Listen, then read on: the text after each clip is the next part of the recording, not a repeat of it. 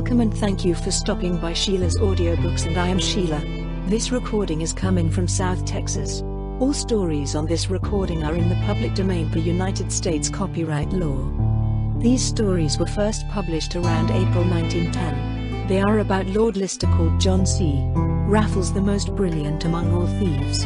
He is the terror of usurers and moneylenders, robs them of their possessions by his wiles, protecting beleaguered innocence and supporting the needy. Man of honor in all respects. He persuaded that many abuses, protected by law, continue to proliferate with impunity. Every effort is made to apprehend Lord Lister, called John C. Raffles, the most brilliant of thieves. Reward, £1,000 sterling.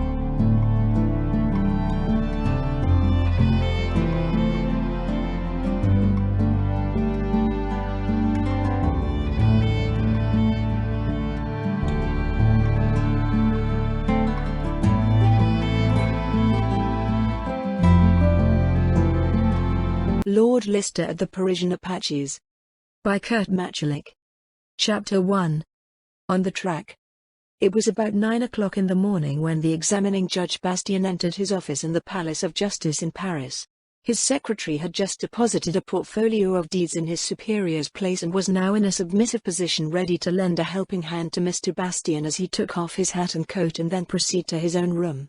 Bastien sat down at his desk and, without looking at the papers in front of him, looked out the open window at the grey waters of the Seine, which flows along the north side of the Palace of Justice, only through a narrow quay separated from it.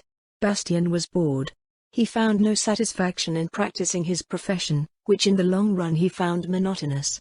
For years he had dreamed of a great, gigantic criminal case, in which no one could discover any trace of the perpetrators, and which intricate history would be elucidated by his acumen.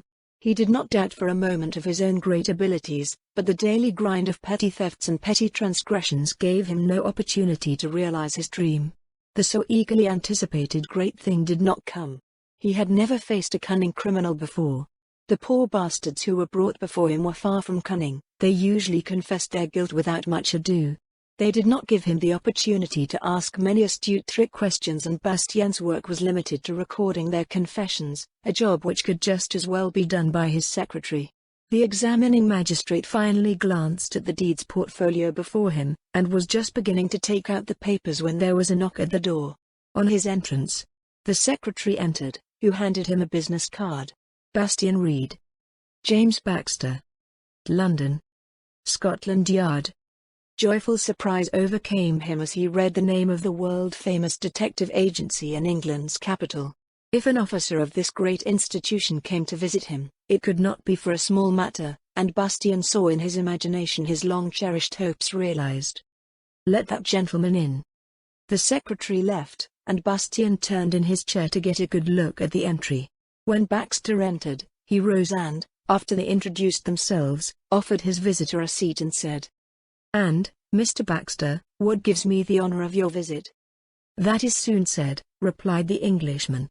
"Lord Lister, who under the name Raffles has been doing his roguery in England, and who is wanted by us, is in Paris."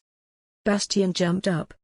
"Raffles, the same one upon whose imprisonment the English magistrates have placed a £1,000 bounty?" "Yes," continued Baxter, "it is he, and I have been informed from a reliable source that this Raffles is in Paris, and I am very surprised that he has not committed a crime here that has come to your attention."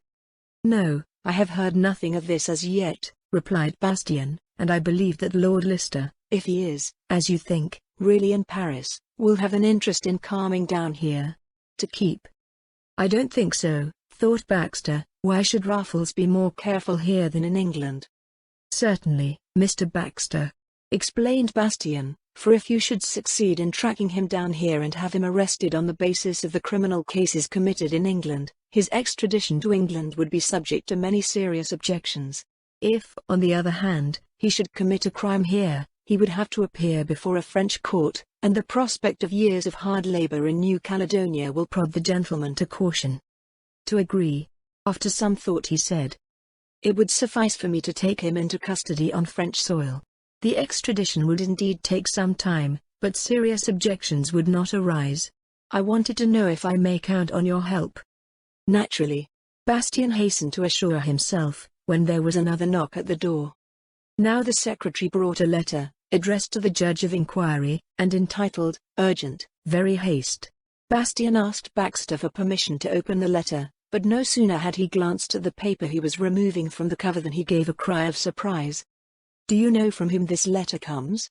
he asked Baxter. "No," replied this one. "From Raffles," it sounded back. As if bitten by a viper, Baxter sprang from his chair and rushed to Bastian to read the letter with him. Both had gone to the window, and with flying haste they read the following. "Lord Judge of Instruction. I know that Mr. Baxter of Scotland Yard of London is presently in your office, and as it is my most earnest wish to lend a helping hand to this worthy officer in his arduous work, I cannot help but offer you some aids to point out, which perhaps will enable you to catch me.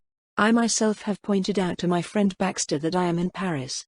Baxter kindly found this fact so interesting that he himself travelled here from London and took up residence last night at Hotel Terminus. I have kept a constant eye on him and have followed him on his way to you today.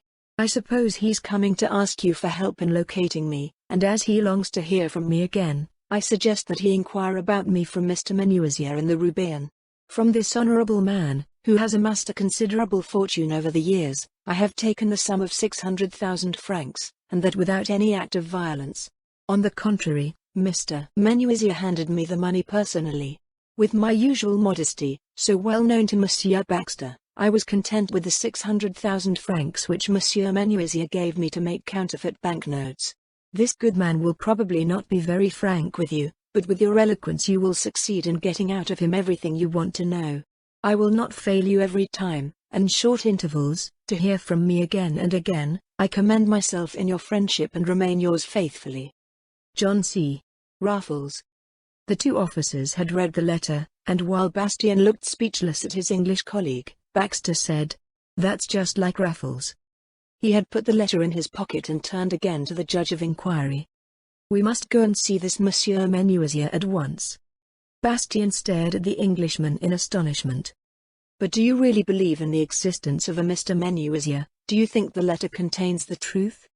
"You do not know Raffles," declared the other.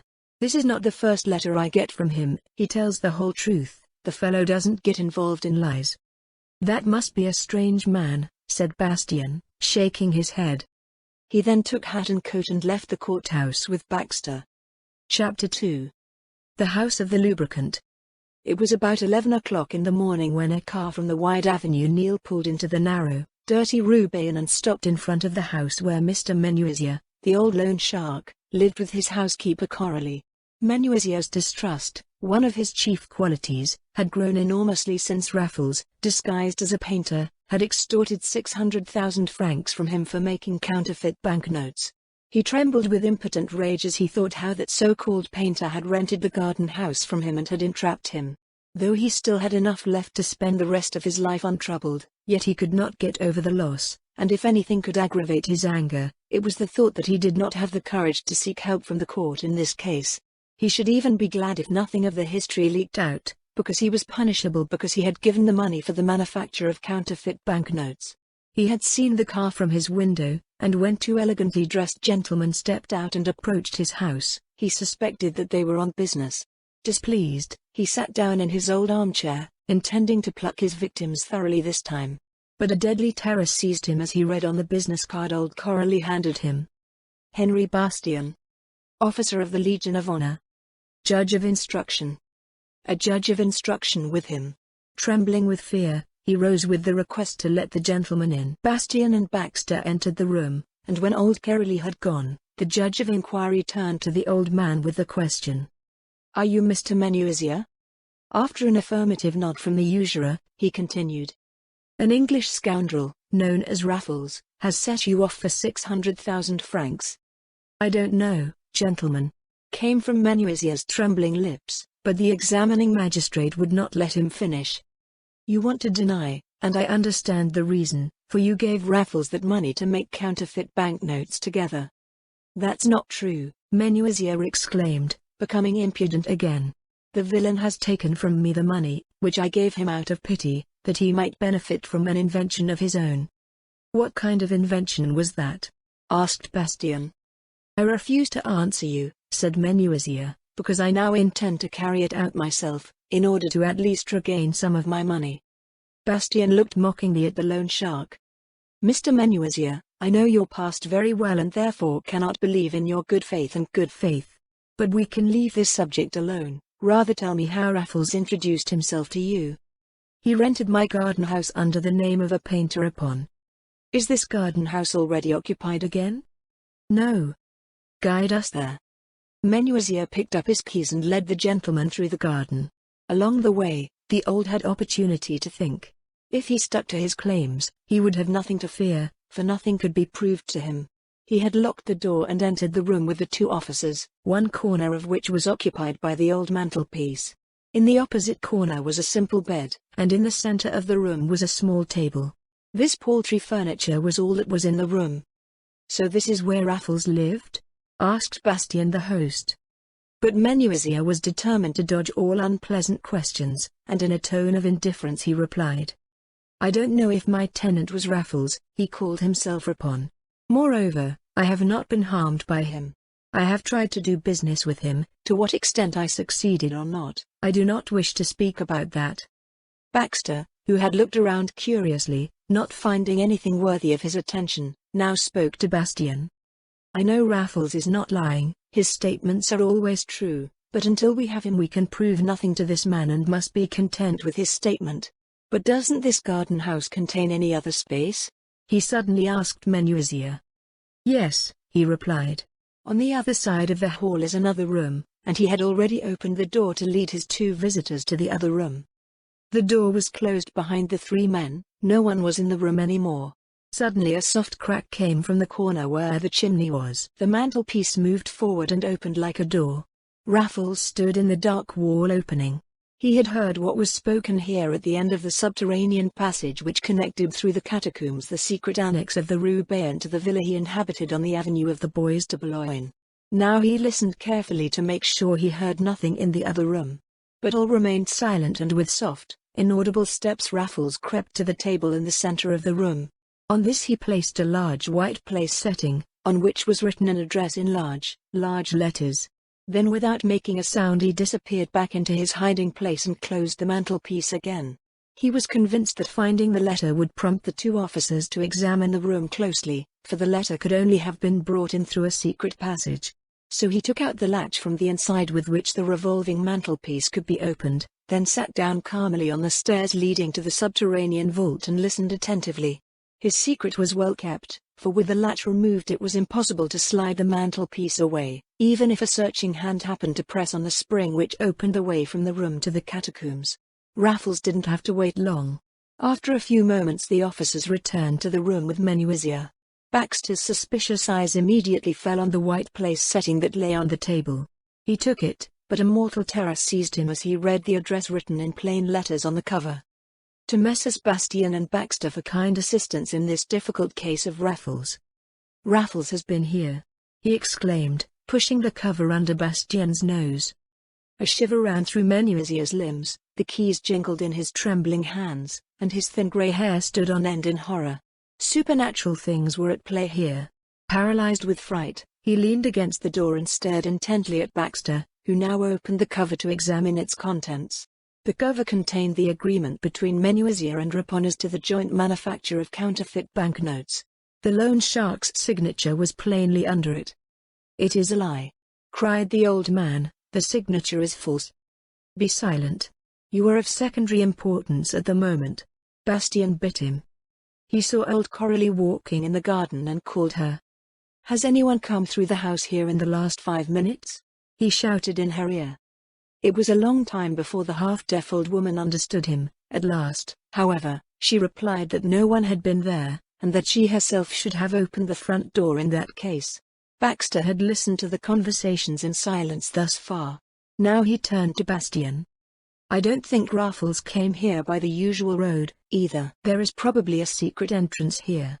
Are you acquainted with anything like that?" he asked Menuisier. He shook his head in the negative, but the English detective was already examining and knocking on the walls. In vain. Nowhere did he hear a dull sound, nowhere did he find a suspicious niche. His fingers searched the mantelpiece, they pressed every button in the carving, They even searched the opening of the chimney, but nothing betrayed the presence of a secret passage. Tired, Baxter gave up. "This room must be guarded," he said to Bastien. "You can fetch police officers from the nearest police station. It will be no problem for you. If you prove your identity, I'll wait here as long." Bastien did not hesitate for a moment to go. With the old loan shark still leaning against the door in utter despair, Baxter began searching the room again. He lay down on the floor and examined every inch of the planks with painful certainty.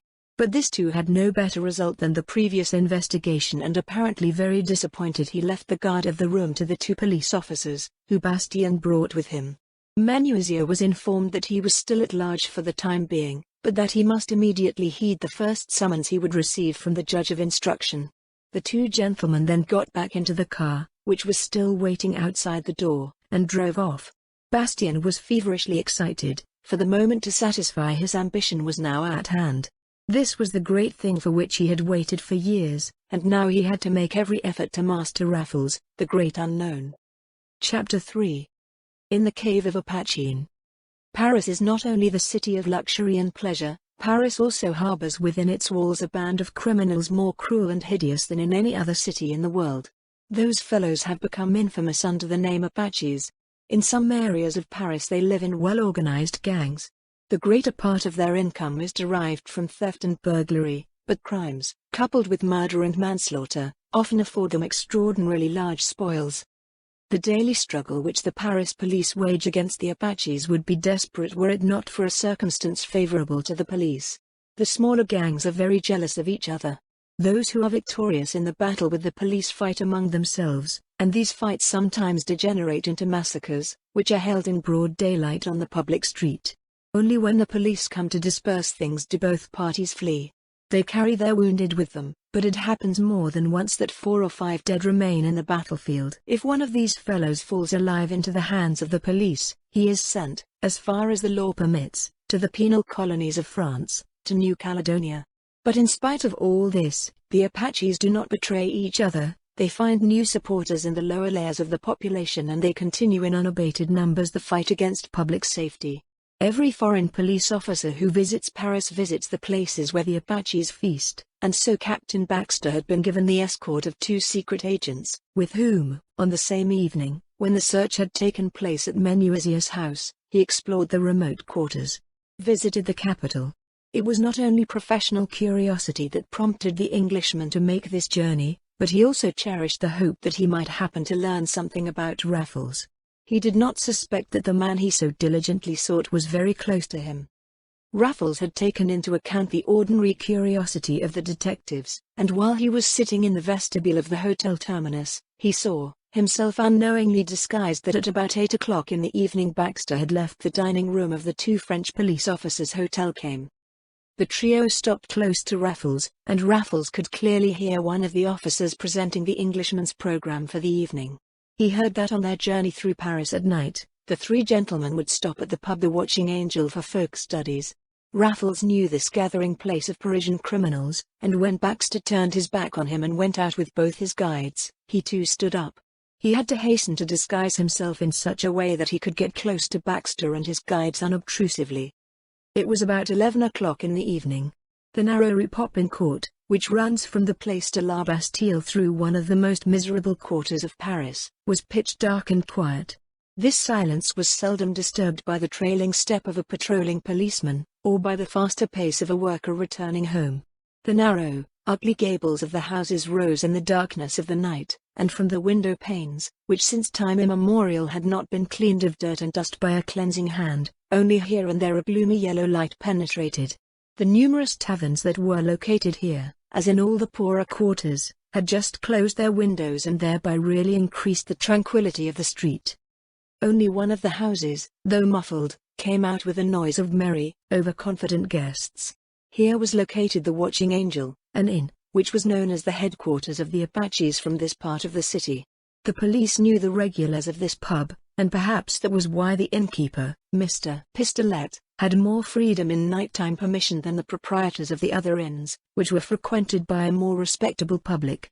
A narrow stone staircase, unfamiliar with the touch of a broom, led through a black-smoked cellar to the premises of the Watching Angel, where Mr. Pistolet waved the scepter. Whoever saw this staircase could only think with horror and dread of the space that must lie behind it, and that foreboding did not deceive him. Narrow tables and benches lined the once whitewashed walls, lewd inscriptions and drawings covered the wall. The lungs of the visitors were gassed with a mixture of tobacco smoke, food smell and beer fumes, to which was added the smell of cheap, bad perfumes from the female guests of the Wakenengel. This air filled the rather large but low space like a foul smoke, and two gas lights hanging from the ceiling had difficulty in penetrating this veil. When one had become accustomed to this bad light, and finally able to perceive the objects in the room, one could see the counter on the wall opposite the entrance, behind which the great, strong Pistolet was moving to and fro. A worn, dirty carpet hung on the wall behind the counter served as a doorman and hid the door leading into the kitchen. Here an old, toothless woman was busy preparing the dishes mentioned on the menu. Pistolet was unloved by both the criminals and the police, but very popular. But the police suspected that Pistolet, if it was to his personal advantage, was making common cause with the Apaches, while the latter in turn accused him of playing a police spy if it was to his advantage. The suspicions of both parties were justified, but the services which Pistolet sometimes rendered to the authorities were important, so that many were overlooked where he was concerned.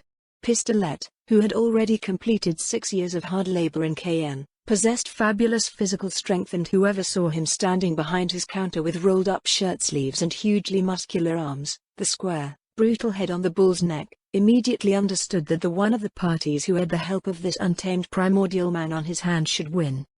There was quite a large number of guests present. The boys, whose girlfriends were doing their shameful business on the boulevards, sat here smoking their cigarettes and playing cards, while beside them stood the glasses of warm wine grog, the gentleman's favorite drink. Almost all the tables were occupied by such groups, sometimes accompanied by a girl who came from outside to bring her friend the profits of her profession. The conversations were loud and merry, and now and then one of the gentlemen rose to give a song at an old piano in one of the corners, accompanied by his lady. A man sat alone at one of the tables. When he entered, he had been met with suspicion by the regulars. However, as he calmly and quietly sat down at one of the tables, ordered a bottle of red wine, and began to drink indifferently, he was soon no longer involved. He looked like one of the workers working on the canalization. His cap covered his whole forehead, thick locks of black hair emerged from beneath the brim.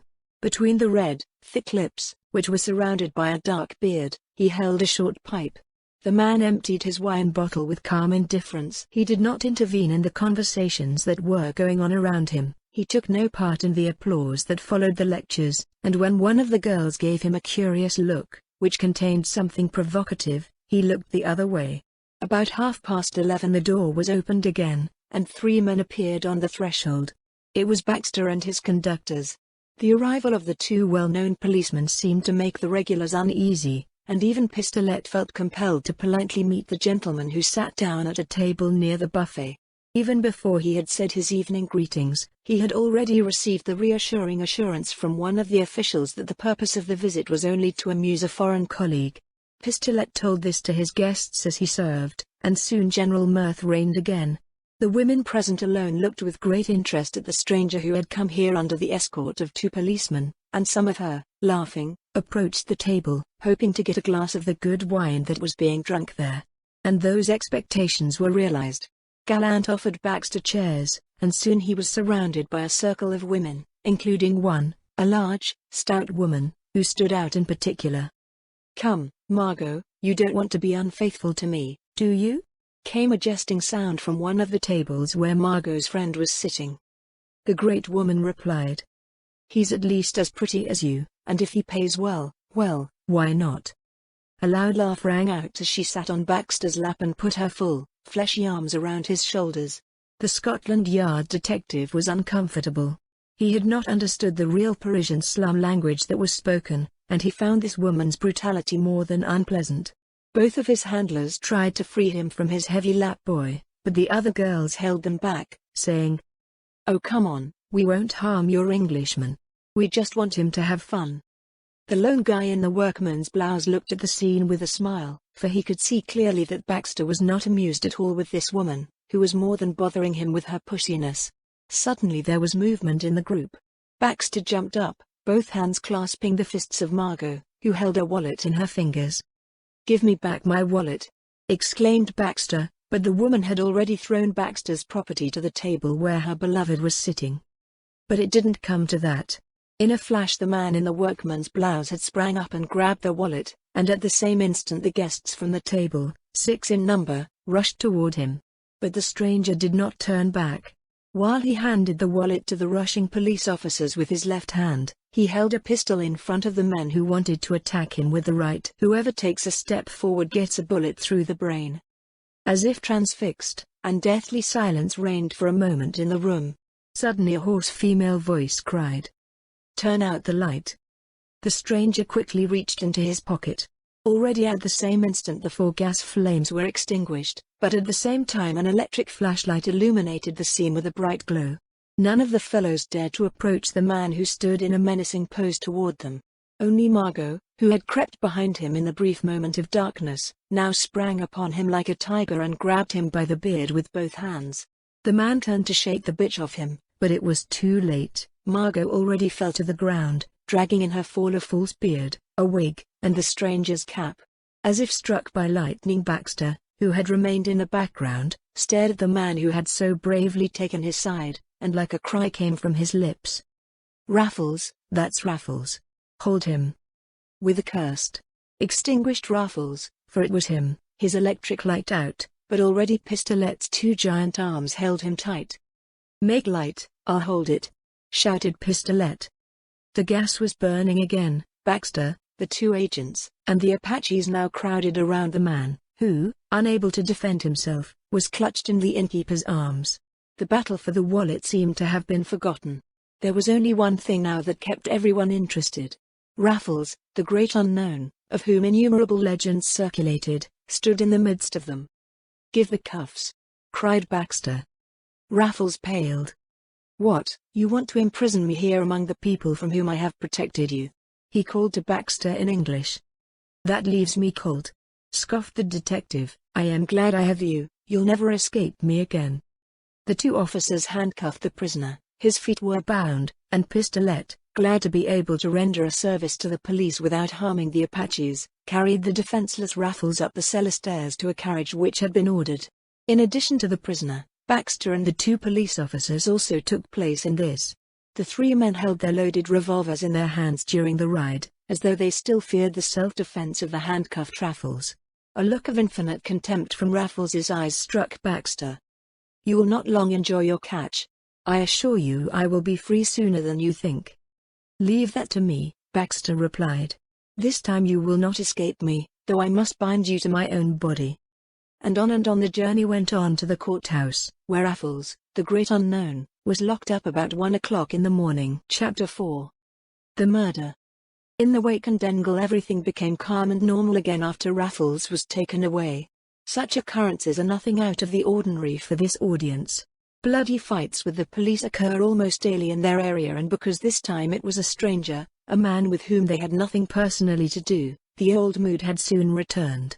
Towards 2 o'clock in the morning the tavern began to empty, and when the old wooden clock that gave its monotonous ticking sounded 2 dull blows, Pistolet set down another large bottle of red wine on the table, to which Margot and 2 Apaches had stayed put. Then the innkeeper closed the cellar door, turned off 3 of the 4 gaslights and sat down at the table with the 3 of them. "You had spoiled us almost all evening with that damned wallet of the Englishman," said Pistolet to Margot, disgruntled. "Yes, such a fool," thought one of the 2 Apaches. "Is it worth looting such a starving detective, when a good deal awaits you?" Margot took no notice of these reproaches, especially since she noticed that Letourneur, her lover, was taking her part. "Leave her alone," murmured Letourneur. "Stop your whining, it's all over and that's it. We have no time to reproach now, because that other little story must be over by 4:30. The other 2 seemed to see this too, and Pistolet now spoke to Margot. "Well, what have you learned?" "Everything," replied the girl, self-satisfied. "It will go without a hitch, but the old man seems to have something on his conscience, because they sent him 2 officers this afternoon." "Accursed!" cried Crackit. "Then we can do nothing for the time being," murmured Pistolet. "Yes," Margot interjected hastily, The two officers have been sheltered in the garden house, and Menuisia's bedroom, where the safe is located, is at the front of the house. You don't need to hear what's going on there." And proudly, because her statements were so important, she went on.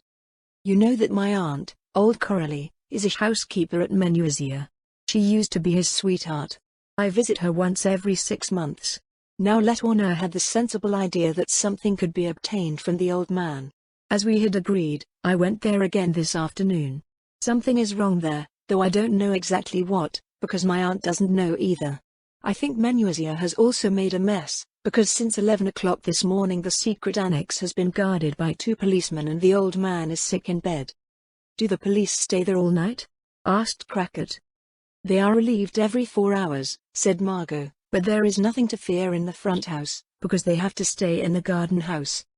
"I don't understand that," said Pistolet with a shrug. In a brazen tone, however, Letourneur joined the conversation. "That's none of our business. If they are relieved every 4 hours, a new watch moves into the garden house at 3 o'clock. We wait for that and then we sneak into the front of the house." "But how shall we enter without making a noise?" asked Crackett. Margot seemed to have been waiting for this question. She took a bunch of keys from the pocket of her dress. "Here," she said, without further explanation. "The house keys?" asked Pistolet. Margot nodded affirmatively, and with pride she felt the admiring glances of her comrades upon her. "I took them from my aunt without her noticing," she reported with a merry smile. "Well, then you certainly dare, heroes," grumbled Letourneur, and with an energetic forward, he got up. The others followed, hesitantly, but without daring to resist his determination. Pistolet now produced a small thief's lantern, which he lit. Then he also turned off the last gas flame, and now the party, pushing the dirty doorman aside, entered the kitchen, where they reached the basement of the house by a narrow staircase. Pistolet enlightened them, then he closed his lantern, put it with him and opened the outer door. Now the club was on the street. "Do you have the tools?" Letourneur asked the 2 men, and to their answer he continued. "All right, I have the keys, you stay together, I'm going with Margot, we'll meet at the Arc de Triomphe." Margot and her gallantly disappeared into the dark street and made their way to the Place de la Bastille. There were several rental cars, one of which they took and drove to the end of the Avenue des Champs-Élysées. On foot they went to the Arc de Triomphe, in whose dark shadow Crackett and Pistolet were already waiting for them. "Forward!" cried Letourneur to the 2 men, and without further exchanging a word they walked together along Avenue MacMahon to Roubaix. Menuisia's house was already clearly visible on the corner of the street, and it must be 3 o'clock, for just now the front door was opened and old Coralie let out 2 policemen relieved by their comrades. Crackett and Pistolet had crept across the street so as not to be seen, and Letourneur walked arm in arm with Margot, like a couple in love on a nighttime stroll. The 2 police officers passed them close. The foursome met again at the corner of the next side street. As briefly as possible it was again discussed what they should do.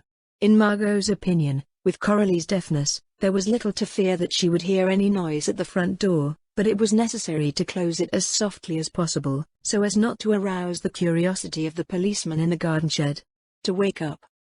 "I'll do it," said Letourneur, pulling an oil can from one of his pockets, turned it silently and opened the door. Holding their breath, the mob crept in while Letourneur closed the door again. It was dark in the house below, only in the garden a faint ray of light fell through the windows of the garden house. "That's where the cops are," whispered Margot. Then, knowing the arrangement of the house, she shook hands with her lover and led him up the stairs that led to Menuisia's house. The others immediately followed. "What shall we do with old Coralie?" asked Crackett. "When she sees us, she calls for help. It's gone before she can stir her mouth." Letourneur snapped at him. Then he took out his keys to lock the hall door, but he could spare this effort, for old Coralie hadn't yet locked the door on the deadbolt. The foursome now entered the hall, but already on the threshold they halted, for the kitchen light was burning, and by the stove stood Coralie, with her back turned to them, preparing some dish. Slowly Letourneur crept toward the open kitchen door, only Pistolet following him. In his right hand sparkled a short dagger. When Margot's beloved had reached the threshold of the kitchen door, old Coralie turned. Her gaze fell on the 2 men standing in the doorway.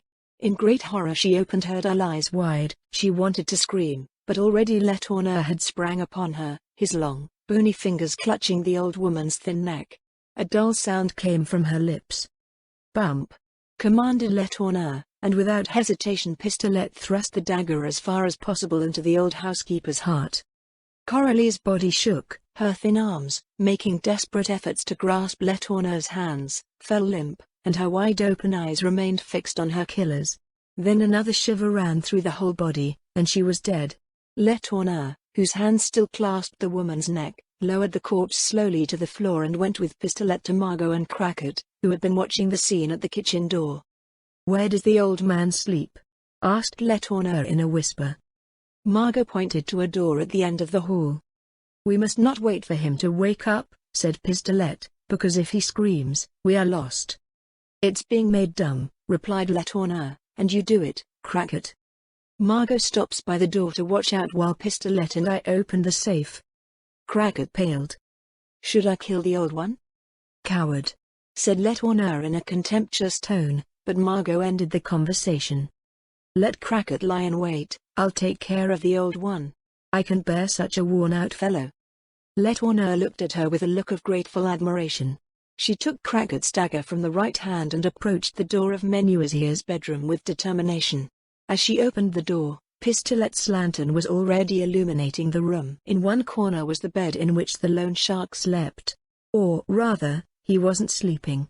The events of the previous day prevented him from falling asleep, and when a bright beam of light fell into his room, he jerked up in his bed. Before he could realize who came to disturb him at this unusual hour, he felt the weight of a heavy body throwing itself upon him. Margot had jumped on the old man's chest. With her left hand she tried to press his head into the pillows, while in the other she swung the dagger. But despair gave the old man unnatural strength. As his panting moans were choked in the pillows, his fingers tossed in the black hair of his foe. With his left hand he reached for the deadly weapon and suddenly he had grasped the grip. With his right hand he tugged at the woman's hair with all his strength, who cried out in pain and let go of the dagger. "Help! Come quickly, the fellow is stronger than I thought," she cried to the others, and Pistolet and Letourneur rushed to the bed. But it was too late. Menuisier had seized the dagger with his left hand and thrust it into Margot's side. With a curse, Pistolet's fist now fell on the loan shark's head, who fell back unconscious. He then withdrew the knife from Margot's wound and plunged it into Menuisier's heart. Letourneur had laid Margot on the floor and was now trying in vain to staunch the blood that gushed from the wound. "Leave me," the young girl's lips groaned.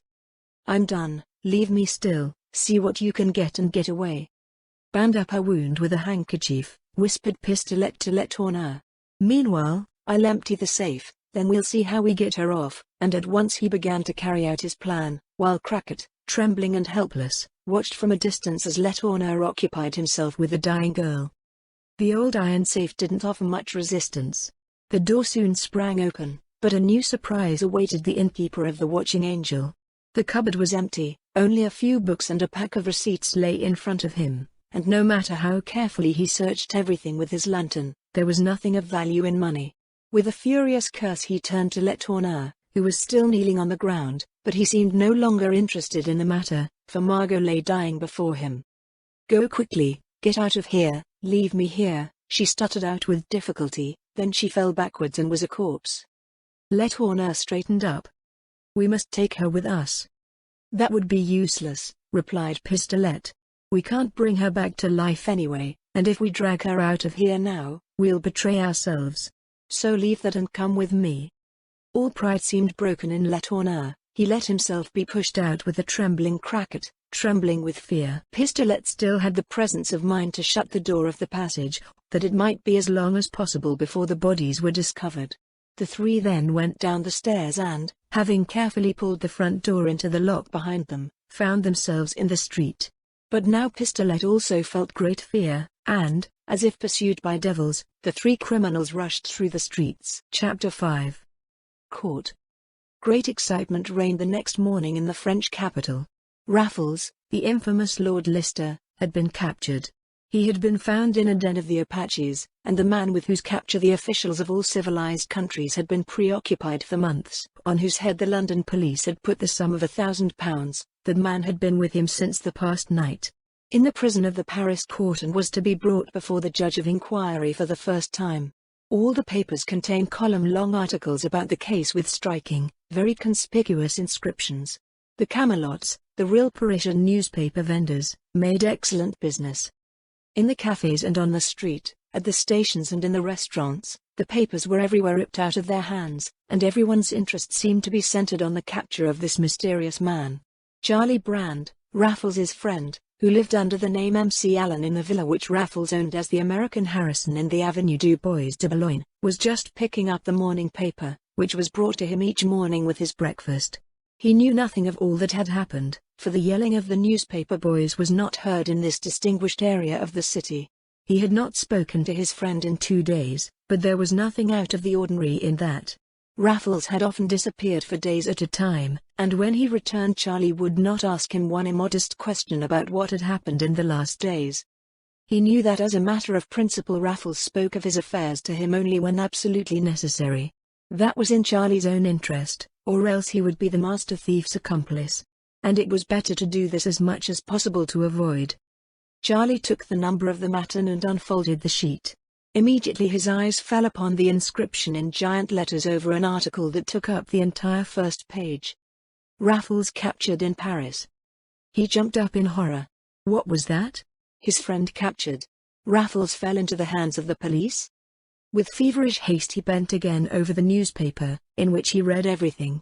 Of Baxter's presence in Paris, of the scene that had taken place in the pub The Watching Angel. The paper was well informed. It was said that Raffles had been locked up in a jail cell of the courthouse and would be brought before the judge of inquiry Bastien for the first time that morning at 11 o'clock. Charlie had read the whole article and was now doing his best to master his great emotion. He thought only of this one thing, how it would be possible for him to help his friend out of distress. He did not yet see how he could achieve this, but above all he determined to get close to Raffles if possible, and hasten to finish his toilet and make his way to the Palace of Justice. It was nearly 11 o'clock when he reached the gates separating the forecourt of the Paris courthouse from the street. A large crowd surrounded the building and Raffles' name floated on everyone's lips.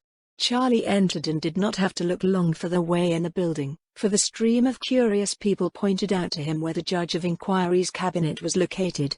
He passed through the corridor at the end of which the room was situated, and still with no real plan of what to do, he pushed past the groups of curious people when he saw Baxter standing at one of the windows, surrounded by several French journalists.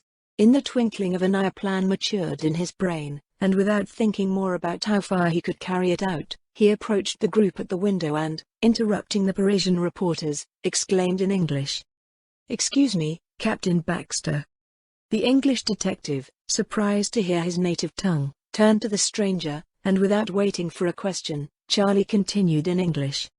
"I am the Parisian reporter for the Times, and would like to know some details from you." These words had a surprising effect. He immediately left the French journalists to turn to the pretended representative of the great English paper. His vanity was excited, and he suddenly saw before him the opportunity to advertise brilliantly in the largest and most widely read magazine in the United Kingdom. Without waiting any further questions from Charlie, he began to give him information. He told him what had happened and ended with the words, "This time I've got him in there." He pointed to a door next to the magistrate's room, guarded by 2 officers. "There he sits, and this time he's not escaping me." Charlie trembled with excitement. Inside, separated from him only by a small door, was his friend, and he had to wait outside here, unable to help him. He was not even allowed to see him, not to exchange a single glance with him. But with well-acted indifference he turned again to the detective to whom he spoke, so bluntly. "I once saw this Lord Lister in London.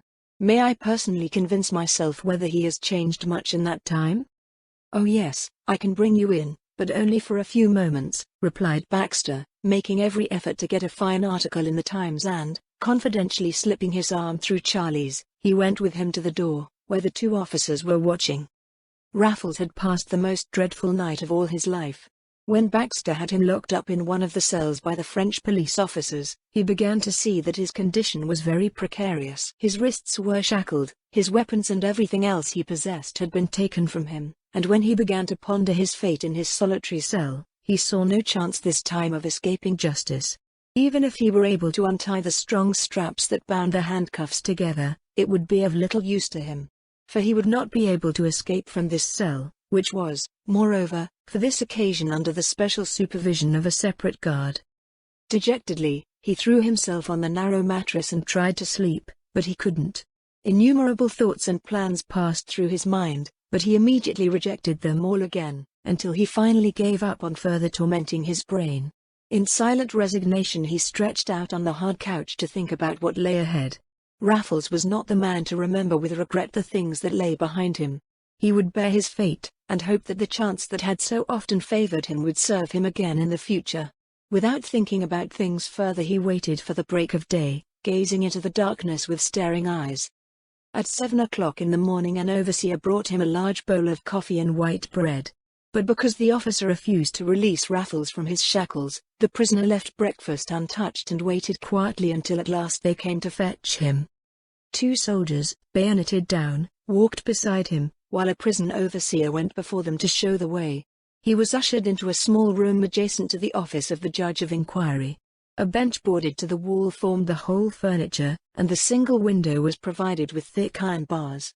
Raffles remained alone in the room, but he knew the doors were guarded, and he had no hope of escape from here. He had not yet made any plan as to how he would behave towards the judge of instruction, and only now did his thoughts begin to occupy themselves with it. Indifferent, as if he were in a doctor's waiting room, he sat down on the couch to think.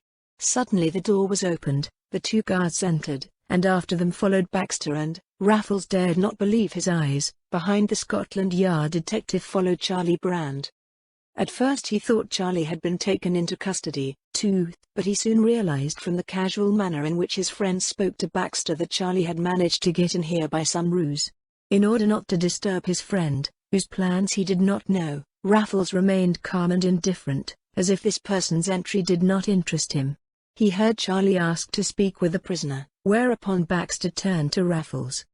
"Raffles, here's a Times reporter who would like to ask you a few questions." With a flash Raffles understood how his brave friend had managed to gain entry, and Charlie, seeing for the first time the leather thongs with which his friend's hands were bound, took out a penknife while asking a few trivial questions, opened it and began to sharpen his pencil.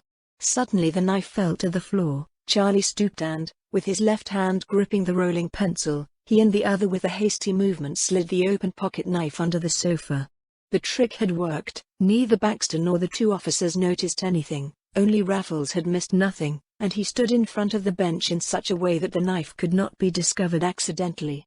He expressed his wish to be alone again, and said to the journalist in an unfriendly tone, "Sir, I give you no further information for your paper. I will speak before the judge of inquiry, not before." Baxter comforted Charlie by remarking scornfully, "The Lord is not in a good mood, and you certainly understand why, but I will tell you later all that I have confessed to the examining magistrate." He then left with the Times reporter, while the 2 guards resumed their posts outside the door. Raffles was alone. No sooner was the door closed than he fell to his knees and with his bound hands, the fingers of which fortunately he could move freely, took out the knife from under the bench, which lay open on the floor. He thought for a moment, then he took the hilt of the knife in his mouth and, clutching it tightly between his teeth, slipped the sharp steel between the wrists rather tightly bound, and with a strong jerk cut the leather straps. He could now move his arms freely. He still wore the iron band on every wrist, but it did not hinder his movements. He took the knife, put it in his pocket, and as he heard footsteps at the door at that moment, he pressed his hands together again and against his body, so that it was impossible to notice that the chains had been cut. He had made no mistake. The door leading to the judge's office was opened. 2 other soldiers entered and took Raffles away to be interrogated. Chapter 6. The Discovery. The police commissioner in Avenue Neil was very fond of Mr. Menuisier, who belonged to his division. As a result of the case, the details of which were not communicated to him by the examining Judge Bastien, a particularly large number of staff had to be employed for Menuisier's sake have been held since the previous day. Some of the men had to be withdrawn from normal duty day and night to occupy the post in the garden house of the Rue Bayonne. It was 10:30 in the morning. The commissary had just entered his office, and almost at the same instant the court ordered by telephone to arrest Émile Menuisier at once and to take Bastien before the judge of inquiry. The superintendent hung up the phone and uttered a curse. He would instill it in that Menuisier, he would cool his temper to this fellow, and, With the aim of personally directing the arrest, he called in 2 of his brigadiers, with whom he left the commissariat. He rang the house on Rue Bayonne, but no one opened it, and when he finally pounded the door impatiently, steps approached and the door was opened, but not by Menuisier or the housekeeper. One of the policemen, who kept watch in the garden house, opened the door. "How is it that you open?" the commissioner asked in an unfriendly tone. "Nothing moves up there," replied the officer. "They seem to be sleeping soundly, because when we came to relieve, our comrade opened the door to us too." "I'll have to disturb Menuisier in his sleep then," grumbled the commissioner and, followed by the 2 sergeants, he went upstairs. There he called again, but he got no answer, not even when he banged on the door with clenched fists. I think the guy understood he wasn't safe anymore and he greased him up.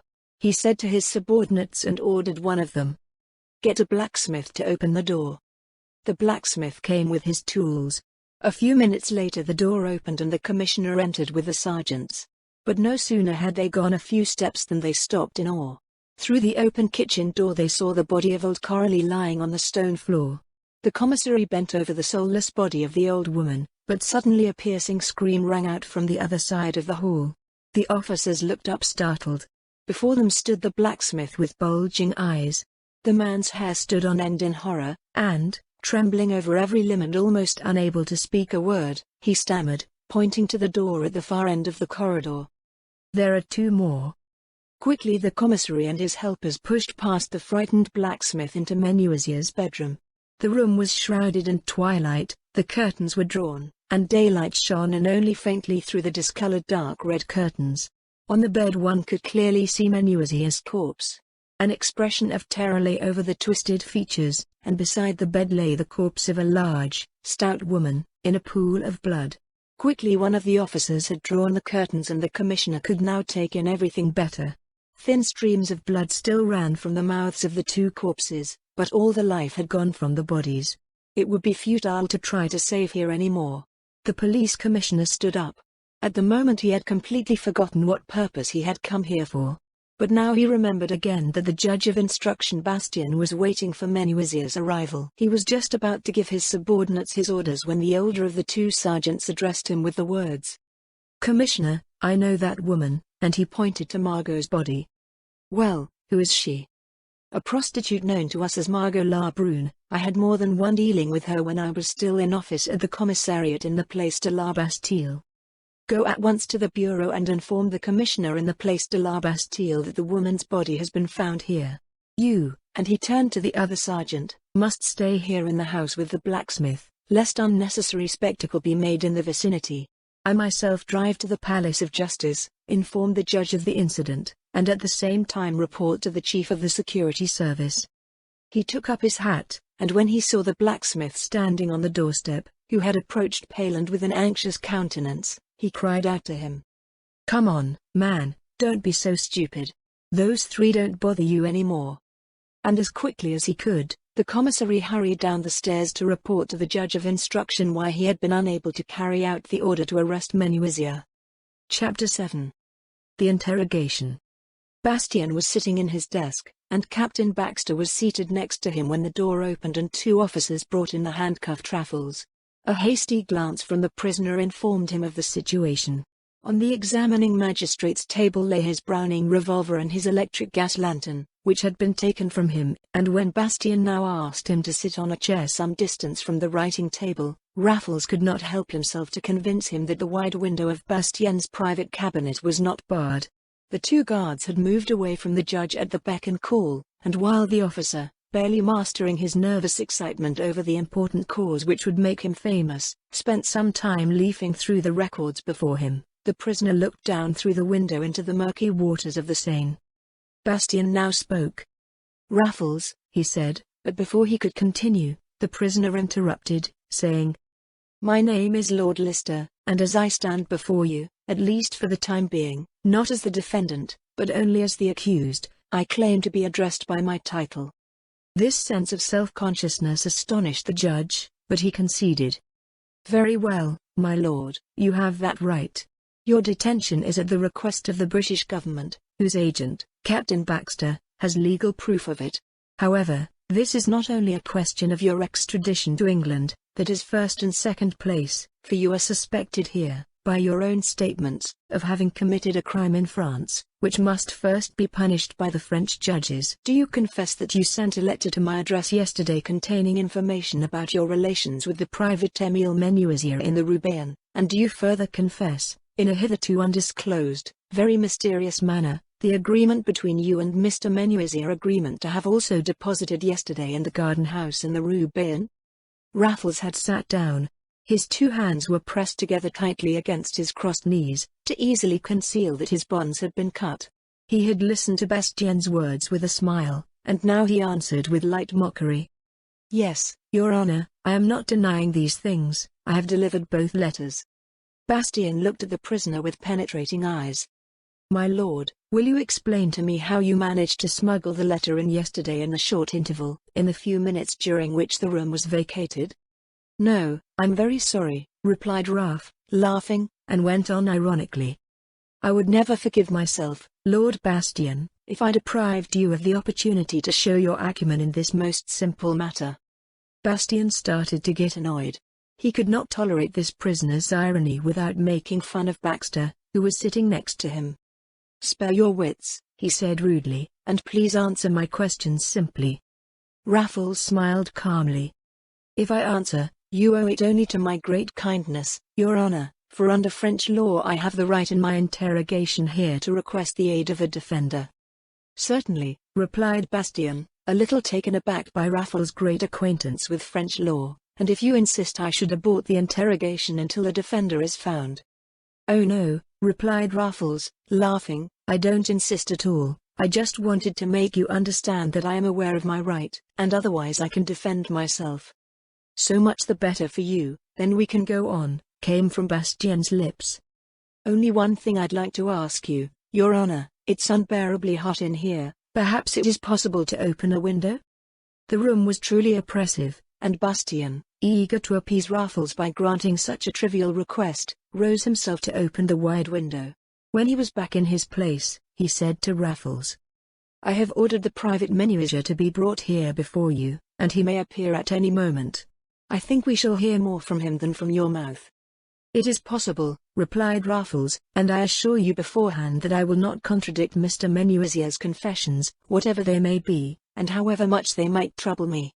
Now Baxter whispered a few words in the ear of the judge of instruction, and Bastien spoke again to Raffles. "I have no right to question you concerning the criminal cases you have committed on English soil. I can only ask you to express yourself voluntarily."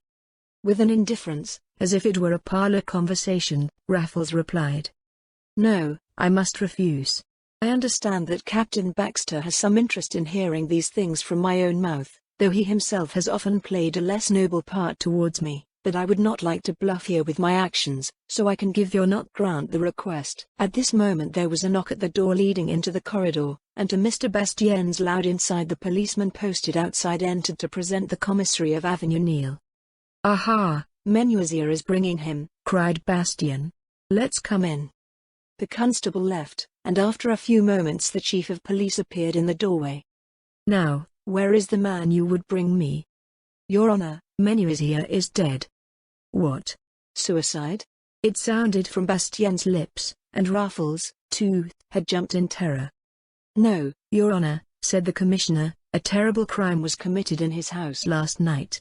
The old man and his housekeeper probably became the victims of a band of robbers, because I found both lying dead. The safe in Menuisier's bedroom had been broken into and next to his bed lay a third corpse on the floor, a woman who was recognized by one of my officers as a well-known prostitute from the Bastille area and who was in the police station of that district, known as Margot Labrune." Dead silence reigned in the room. It was completely forgotten that this was actually the case of Raffles. The report of the triple murder kept everyone interested. Raffles in particular was in great suspense. The scenes that had played out in the evening in the pub, the watching angel passed his mind's eye with lightning speed. Details, to which he had not previously given his full attention, now returned to his memory. Words and exclamations which he had received, and to which he had attached no meaning, suddenly took on great value to him. He forgot his role as a prisoner and had almost betrayed himself by spreading his apparently shackled hands when he broke the awkward silence by asking the police commissioner, What does that Margot look like? The commissioner, too, completely forgot that a prisoner was addressing this question to him, and he answered. He described the tall, dark woman with her sassy, wild beauty. He painted her black hair, which in heavy waves encircled her low forehead, her full, sensual lips, which had remained blood-red in death, which had spoken of savage desire and death. Raffles listened to the commissary's words, and with him listened to the judge of instruction and Captain Baxter, on whose countenance a look of displeasure grew more and more apparent. The commissioner had finished speaking, and before Bastien could ask a question, Raffles spoke in a loud voice. Monsieur Judge, I will tell you who are the murderers of old Menuisier and his housekeeper. Speechless with astonishment, Bastien and the commissary stared at the prisoner as if he were some otherworldly apparition, and the question sounded almost reverently from Bastien's lips. Yes, but, my lord, how can you know anything about it? Captain Baxter has the same thoughts as I do, Raffles began. I can see it in his emotion. He recognized, as I did, in the murdered Margot Lebrun, from the description of the police commissioner, the same woman who had been killed last night. The watching angel tried to take his wallet from him. I was so foolish, Mr. Baxter, in his fight against the rogue gang. In thanks for that he captured me. If your agents had taken possession of that woman, who was caught in the act as a pickpocket, Menuisier and his housemates would still be alive. A questioning look from the examining magistrate met the English detective, to whom Raffles' statements were most unpleasant. Mr. Baxter, do you also believe that this Margot Lebrun and the woman from last night were the same person? Yes, replied Baxter simply. But already Raffles spoke again. It was as if all roles had been reversed, as if the prisoner was leading the investigation, the prisoner to whom the officers listened with reverence. It is no longer about Margot, said Raffles, because she is dead and the justice no longer has to do with her. But immediately have the innkeeper from the Watching Angel taken prisoner. I believe the man's name is Pistolet, and if the villain is not an accomplice in this crime, at least he knew it would be committed. I'll prove that to you right away. Also try to get hold of two fellows who belonged to Margot, one named Letourneur and the other Crackett. Yes, but I can't anyway, because you want it. Bastien interrupted him in an unsteady tone. Raffles wouldn't let him finish. Yes, you can. Let the fellows take prisoner and interrogate them at once. Now Baxter turned to Bastien. The prisoner's story seems very logical to me, colleague. I would advise you to have the said persons arrested and confront them here with this man. Have you remembered the names? Bastien asked the commissioner. The officer nodded. I have noted them down, and he showed his pocketbook in which he had made some notes as Raffles spoke. Then try to arrest the three persons at once, provide yourself with as much help as you see fit, and bring them all three here into my cabinet. The police commissioner bowed and left. There was a breathless silence in the judge's room for a few moments, then Bastien said to Raffles. My lord, this bloody interlude is putting your case in the background for the time being, and I won't be able to interrogate you until tomorrow. Bowing to Bastien with a polite smile, the great stranger replied. I don't think, Your Honor, I'll put myself at your disposal tomorrow. What does that mean? The judge looked at him in astonishment, and Baxter, too, had sprung up in fearful suspense.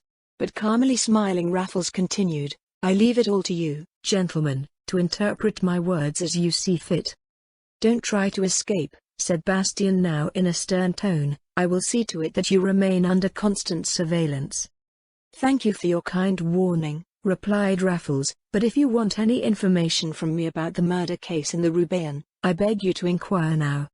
When the accused are brought here, I will confront them with you. Until then you will have to be patient. Bastien called and the two guards entered. Bring the prisoner into the next room, he ordered. You stay in the room with him and keep a constant eye on him. You are responsible for him with your own person. The two officers took Raffles in their midst and went with him into the other room, where the prisoner took a seat on the couch. Chapter 8. The Flight of Raffles. In the corridors of the courthouse, the most confused sounds were mixed up. As is always the case in such cases, even now the craziest messages were spread inexplicably. The sudden arrival of a police commissioner had given rise to the craziest stories, and after the commissioner had left the office of the judge of inquiry again, to leave the building with all the available officers, 6 in number, the most fantastic stories told about the Raffles case. Now it was said that the English Lord Lister had not only worked, but had had a whole army of helpers, and suddenly someone in the audience remembered that he had heard of a crime which had never been solved, and was billed to Raffles and his gang. The journalists, who were continuously present in the corridors of the building, began to elaborate this story in their own way and wrote endless stories for their papers, for which they vouched for their validity. New surprises kept coming and the fountain pens flew in feverish haste over the pages of the reporters' booklets, which were brought in parts by porters and errand boys to the editorial offices to be included in the afternoon papers. Charlie, who had not yet left the corridors, was alarmed by the jumble of nonsensical messages. His fear about the fate of his friend grew, especially because he could not ascertain to what extent the reports contained truth, and as his friend's actions had remained a secret from him even in the last days, he racked his brains in vain to consider how he might help in this matter. The police station in the Place de la Bastille had already been informed of Margot's violent death when the commissioner entered from Avenue Niel. His colleague was apparently surprised when the other could give him the names of the murderers with mathematical certainty, and it was determined with the help of the district officials that Letourneur and Crackett, both old acquaintances of the police, were living in a small furnished room in the Rue de la Tour Street Jacques lived. It was not a problem to attack the two there. On the other hand, the officials found it a far from pleasant chore to take possession of Pistolet. The physical powers of this man were well known in that part of the city, and if it occurred to him to exert himself to the utmost, it would be doubtful whether he succeeded in capturing the giant alive. Armed and shackled, the commissary of the Avenue Niel and 6 of the strongest officers set out for the Rue Popincourt, to the inn the Watching Angel, while the commissary of the Bastille marched with 4 men to the Rue de la Tour Street Jacques, to Master Letourneur and Crackett. When the policemen reached the entrance to the cellar, they found the door locked. The concierge of the building pointed them to the rear entrance, and from their long, sustained knocking, the officers finally heard a sound, as if someone was approaching the door.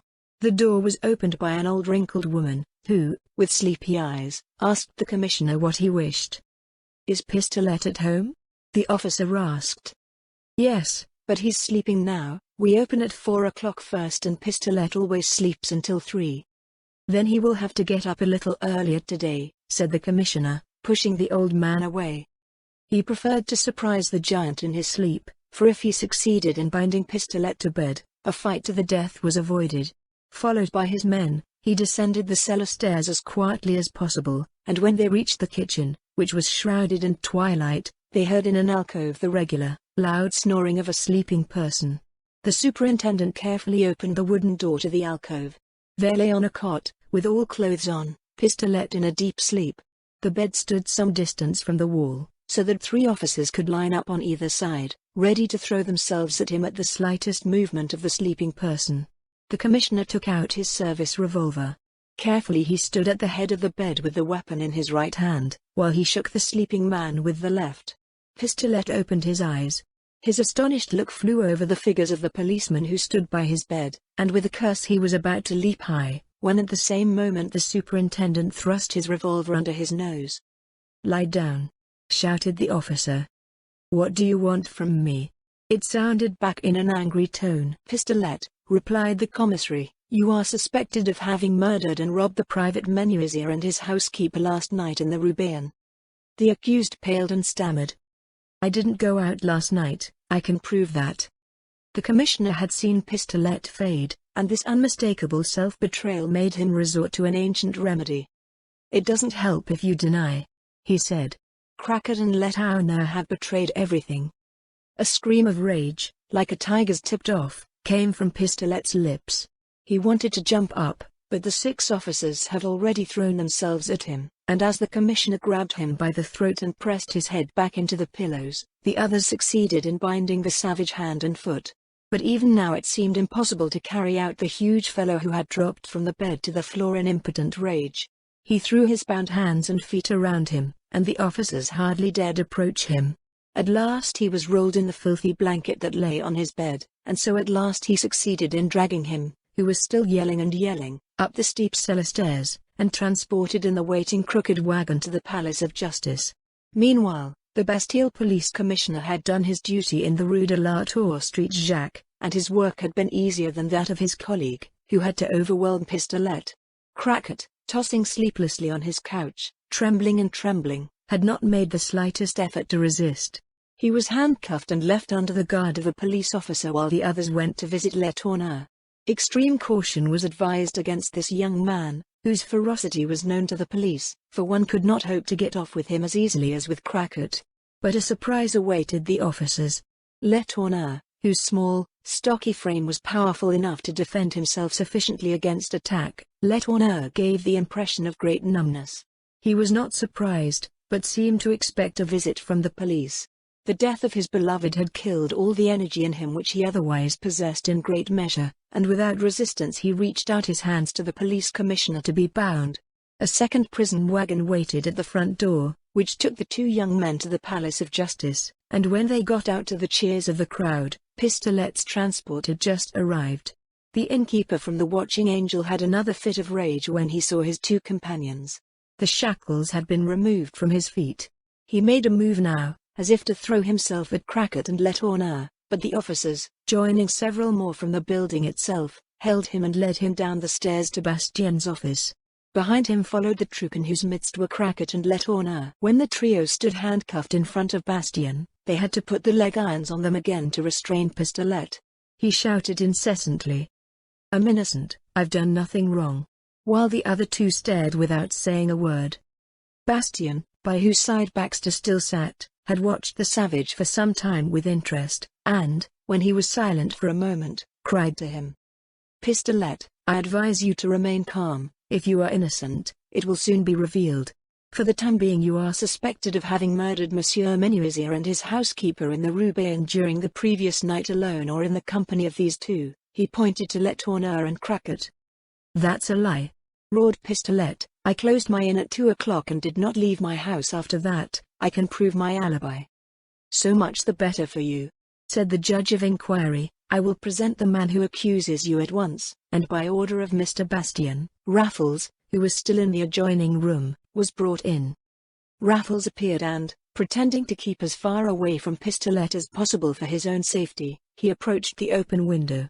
He still kept his hands pressed to his body as his piercing gaze scanned the three fellows charged with a serious crime. "Do you recognize this gentleman?" the judge of inquiry now asked Pistolet. "We captured him yesterday with us.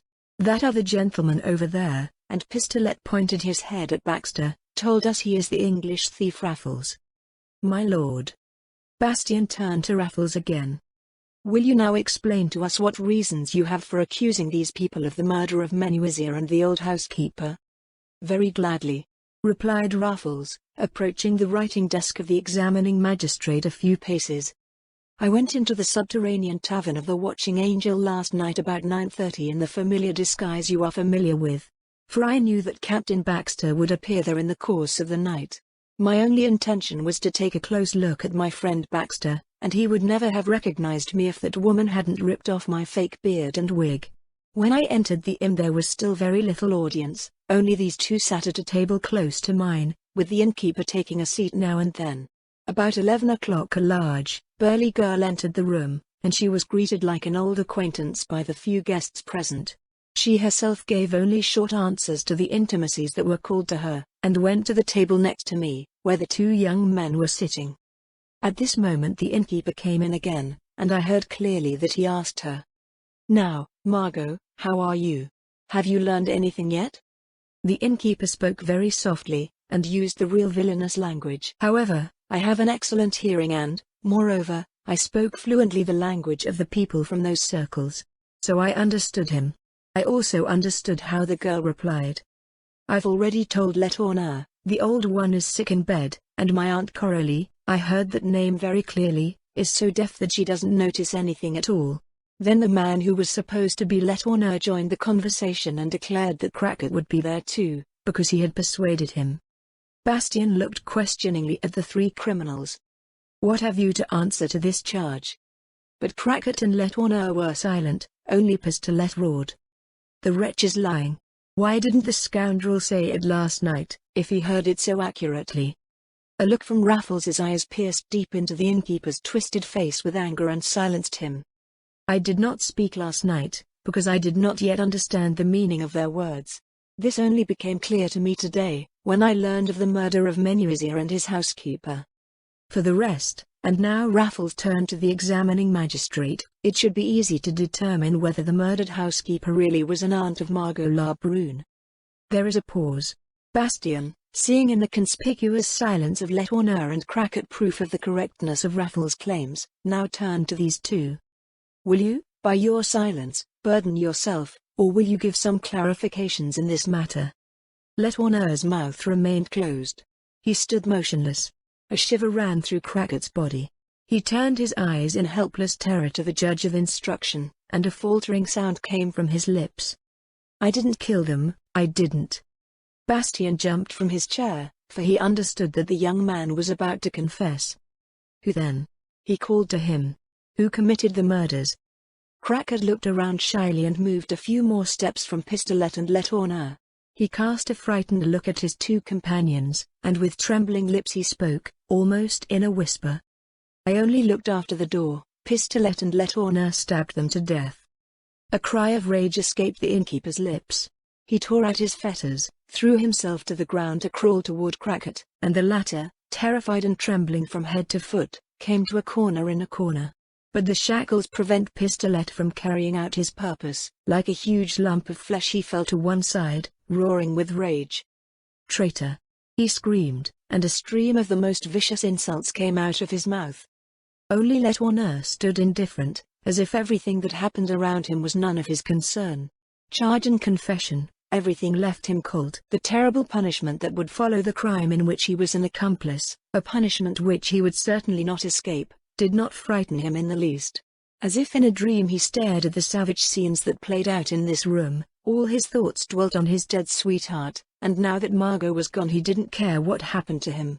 The judge of instruction trembled with excitement. His hand was almost unable to control the pen as he put Crackit's confession on protocol. Dead silence reigned in the room now. Even Pistolet was silent. The unbridled fury of the owner of the watching angel was no longer expressed in words, but only in menacing glances, which he threw alternately at Raffles and Crackit. Bastien had finished writing and, leaning back in his chair, said, I'll have you taken away now. This provisional confession is enough for me. I advise you all not to try to hide the truth. Tomorrow I will interrogate each of you, and you, my lord, will be present. Raffles smiled ironically. He had already established his plan and was determined to carry it out, for he would probably have no other opportunity to flee. I'm sorry, Your Honor, I won't be able to do you that pleasure. You refuse to lend me a helping hand in exposing these criminals? Asked Bastien in surprise. I have said all I know about it, replied Raffles with a smile. I have lent you my aid. The murderers are in the hands of justice, and after this man has confessed a moment ago, it can no longer be difficult, this case, to bring it to a successful conclusion. So you don't need my help anymore, but even if you did, I'm sorry I couldn't help you anymore. At those words a smile of scornful irony crossed the speaker's face. Because, he went on, I don't intend to stay here any longer. What does that mean? Exclaimed the examining magistrate with the greatest amazement. Will you flee? Secure, replied Raffles, with a friendly smile, and you can't stop me. Baxter, who had listened in anxious suspense to his foe's mocking words, now sprang toward Raffles, for he suspected his prey was about to elude him. But at this moment Raffles' apparently bound hands parted, and the English detective received a terrible thrust in the chest, sending him with tremendous force into a corner of the room. Raffles then rushed to the judge's table, and at lightning speed, before Bastien understood what was happening, the prisoner had grabbed his own Browning revolver, which had been taken from him the previous day. With a single jump, Raffles was standing on the sill of the open window. Adieu, gentlemen, if you should ever catch Raffles again, you better guard him. Baxter had risen again and, though the revolver pointed menacingly at him, he rushed to the window to stop the fugitive.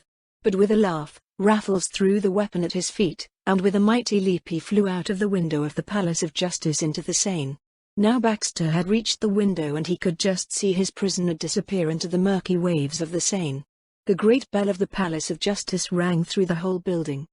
Raffles has escaped, it sounded down the corridors, and a multitude of people rushed in an instant to the banks of the river to see where the fugitive would reappear. But in vain, no trace of the gentleman thief could be found. No one saw a man clinging to the small boat attached to a passenger boat steaming toward Point du Jour. The man's face was hidden by the keel of the little craft, which was partly above the water. His hands clasped with firm grip the rudder, which slid through the water. Thus Raffles, while an immense crowd sought him in vain, and with tidings of his flight already resounding through the streets of Paris, toward his newfound freedom. Chapter 9. Back in Freedom. The Mouche, one of the small Seine steamers, which sail at regular intervals to serve the heavy traffic along the river, glided on the yellow turbid waves and took a course to the right of the river to meet the jetty near the river. Giant building of the Louvre. The little lifeboat, which rocked up and down like a nutshell, followed all the movements of the ship, to which it was connected by a strong rope. While the Mouche berthed at the quay to receive new passengers already waiting, the small boat, as if carried by the current, slid close to the bank wall to below the landing bridge, as far as the cable rope, to which it lay, permitted it.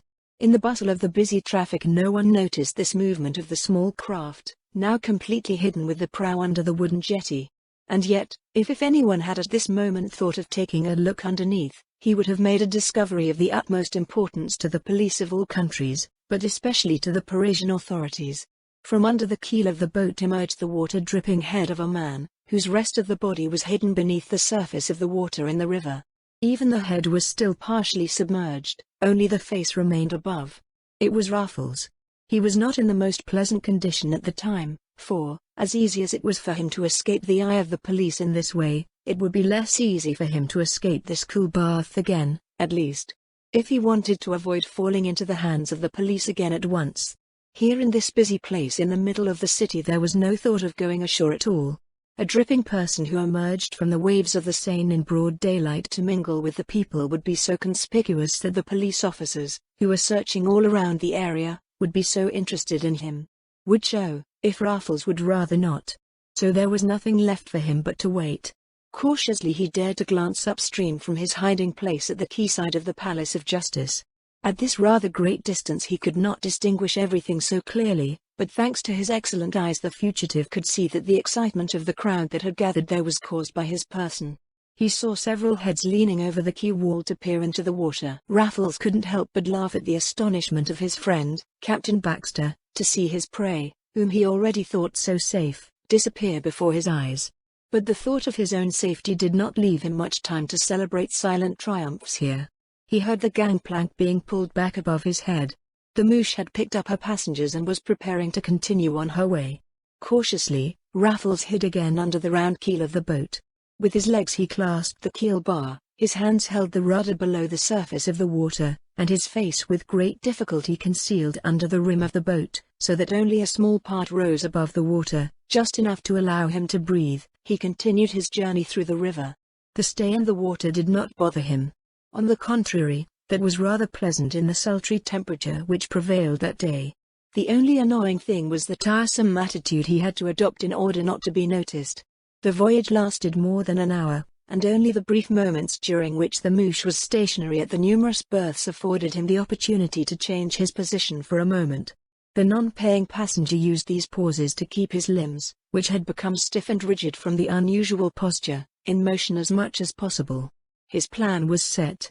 As soon as the steamer left the city, as soon as the ship had reached the rural banks of the Seine, where, instead of the high stone quay walls surrounding the stream, gentle hills and thick reeds closed in the bed of the river, he would little boat that carried him so faithfully, bid him farewell. Swimming under the water, so as not to be noticed at the last moment by the crew or passengers of the Mouche, he would look for the reeds, whence it would be easy for him to get ashore. The steamer had passed the Trocadero, Passie's houses slid slowly past, the last of the monumental bridges crossing the stream within the city limits had already passed, and the sunny landscape stretched out on both sides. The decisive moment had now come. Raffles waited until the boat came to a very narrow point of the river. He had to see to it that the distance he had to swim underwater was as short as possible, for though he was convinced that he was one of the good swimmers, he had to reckon that his clothes would fill up with water, and their much greater weight would not make swimming any easier for him. He was not the man to be frightened by any effort, if it was inevitable, but he was also wise and experienced enough not to be foolishly vanity, and only to see how far his powers went, to give himself more effort than was necessary. The banks were now coming closer together, and the reeds growing along the right bank could not be more than 4 or 5 meters away from him. Once more Raffles took a deep breath, then he let go of the small boat that had brought him this far with a strong thrust, and in a few strokes he had reached the dense reeds. Carefully he put his feet into the soft bottom, straightened up and put his head above the water. Through the long reeds he saw that the boat was moving away, and he watched the craft until it was hidden from his sight at the next bend. Now it was a matter of getting on dry land. The sun had meanwhile set. Only the pale rays of the moon fell upon the earth. He climbed the bank and looked about him. A bright spot in the sky showed him where the city lay. Searching, he let his eyes wander along the reeds, and suddenly he discovered a small boat, hidden in the greenery, close to the bank. He had quickly made his plan. He walked to the small vessel. With a hasty movement he had loosened the rope to which it was attached, and with a jump he was in the boat. Quickly he grabbed the oars that lay in a nutshell, and in a few strokes he found himself back on the river, sliding close along the tall reeds, so that he was hidden from all eyes by this natural wall. He could not tell what time it was, for his watch had stopped as a result of the water coming in. As well as it went, he wringed the water from his clothes, then crossed the stream and went ashore. After some searching he found a hire car, which he used. In half an hour he had reached Neuilly, and very soon he met the first camelots, who offered the evening papers for sale. Immediately he heard his own name called.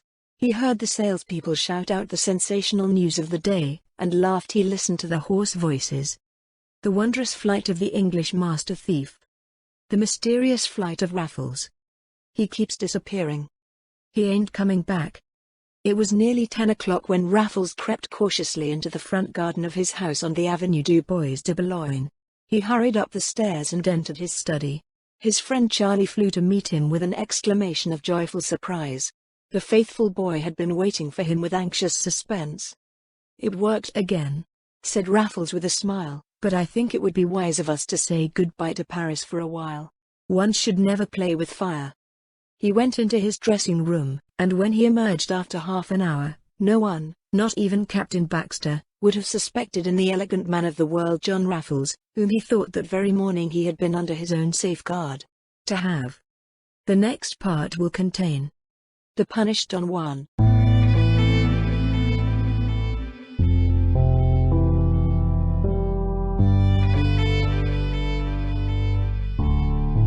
Thank you for listening to today's episode. I really hoped you enjoyed it. There will be more to come. Please subscribe not to miss out on what is next.